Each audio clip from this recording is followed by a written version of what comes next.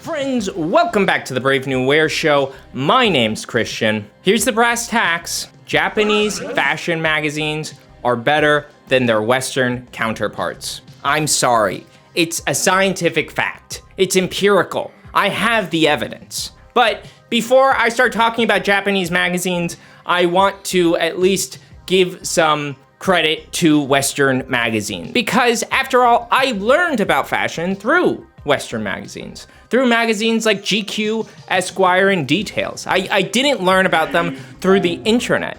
And for those reasons, I still get them, I still look at them, and I think they still have value. In all fairness, they are different products for different audiences. Magazines like the OG, GQ, and Esquire, they're for American audiences, and they're speaking to a population or a reader who thinks about fashion differently than a Japanese person might think about it. Magazines like Esquire have legitimately revered legacies in the types of stories and articles that they have published. They are legitimate sources of articles, not just pictures of fashion.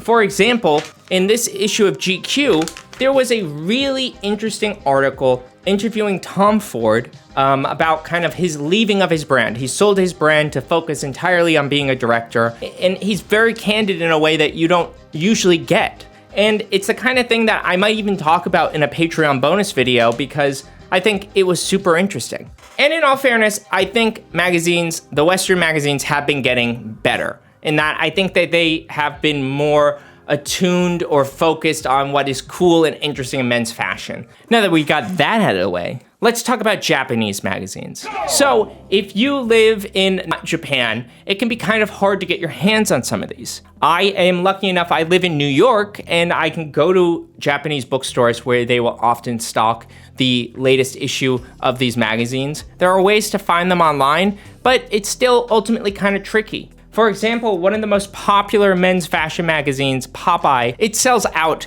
at the bookstore that I buy them in Bryant Park. But I'm not just sharing Popeye. I have a couple other issues that I'm flipping through in my iconic patented magazine view. Here's a list of reasons why I think they are scientifically, empirically better than their Western counterparts. Number one, fashion in Japan is just better. Sorry, it's just the way it is. I haven't been lucky enough to visit Japan yet, but based on everything I know about it, they just appreciate, understand, and think about fashion in a way that is more progressive than we do everywhere else. One day, hopefully I can see that firsthand. But as a result, these magazines have the opportunity to show and speak about fashion in a way that is more progressive. The GQs and Esquires still need to speak to fashion in a way that is approachable for somebody who's not like a fashion nerd. But Japanese men, based on these magazines, they're all nerds. Because the fashion in Japan is better,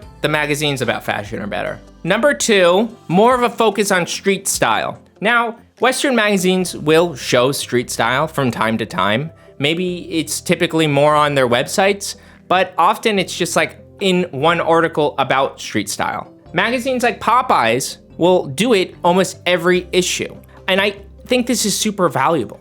I really like it personally. I mean, for one of the reasons that I've always been interested in magazines is because I want to be inspired. I want to see what's interesting or new. And I want an idea of how to wear clothes myself, how to put outfits together for me. And the fact that Japanese magazines often include street style, like in every issue, it is really giving you an opportunity to see actually real people going to their jobs, walking down the street, and what they're wearing. And that is kind of like a direct to the vein. I'm being inspired by like an outfit that somebody's wearing. And it's kind of akin to the way that fashion is spread and discussed on the internet now. We often see fit pics. Fit pics, God willing, are often what people are wearing when they're walking around. But I really like that Japanese magazines often include this. I think it is one of the first really valuable inspiration tools that they will include. Number three, and this one's neutral. It's neutral, guys. Japanese magazines typically have less ads. And I say it's neutral because I know you're like, I don't like ads. I don't want to look at an ad. But I think advertisements for fashion are different. I just think they are. Because for one, it's not like there's gonna be ads and you're missing out on articles. The ads, they just print more pages, typically. Fashion ads are usually an opportunity to see what a brand and a designer is kind of setting up as their story, as their like storytelling.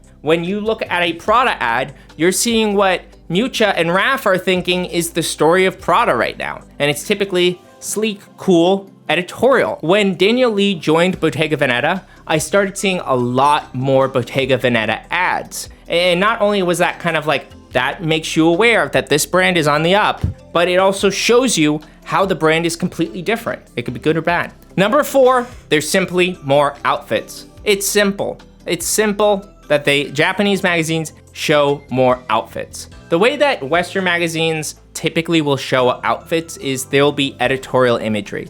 There'll be like a celeb who's like the cover article, and they're doing like a cool glossy photo shoot.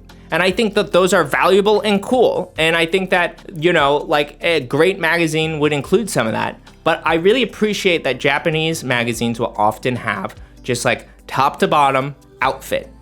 It's almost like more pragmatic in that way.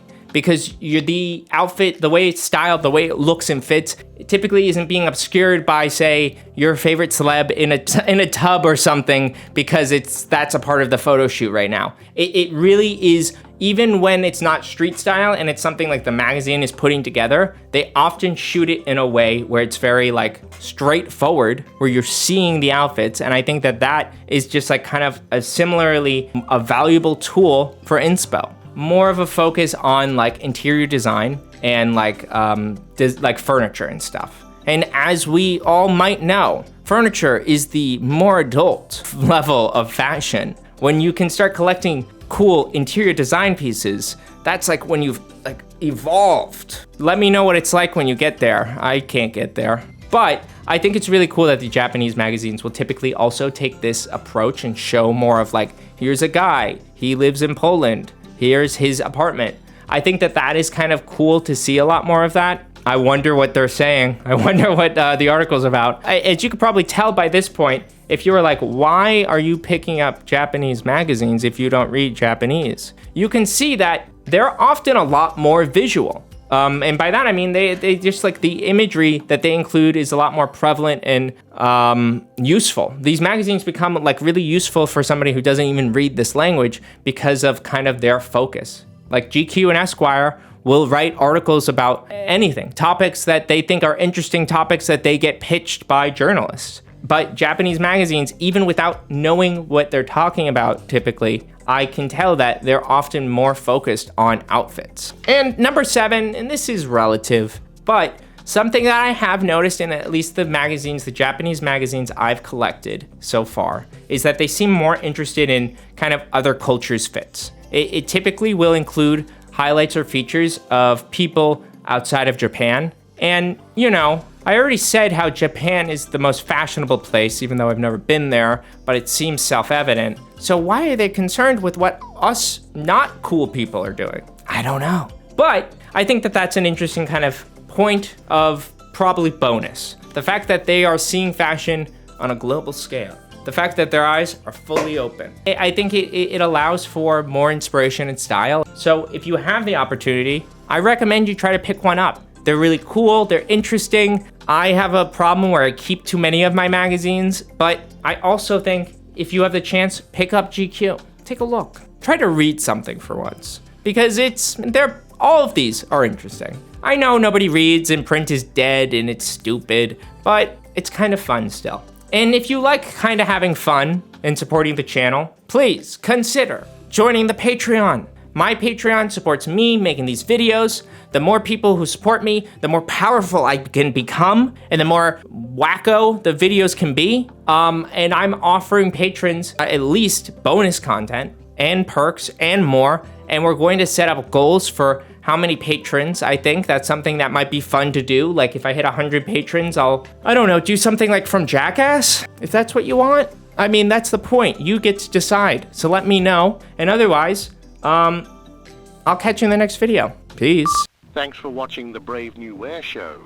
If you enjoy this content, be sure to like and subscribe.